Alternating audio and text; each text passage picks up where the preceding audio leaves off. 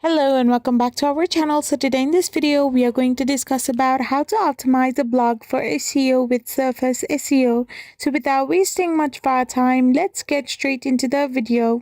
So Surfer SEO is a powerful content optimization tool that helps you create blog posts that rank better by analyzing SERPs, that is search engine result page, and providing data-driven recommendations. So first of all, you need to research keywords with Surfer SEO.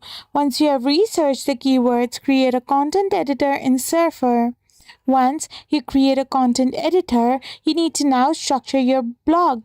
Simply follow Surfer's recommendation, that is H1, H2, and H3 heading structure, and make sure your H1 includes the main keyword.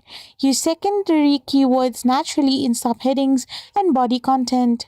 Write in optimized content, and on-page SEO best practices will be meta title and description, internal linking, and external linkings. So this is how you can simply do it. I hope you found this video helpful. So don't forget to hit that subscribe button and do give us a thumbs up. Thank you for watching.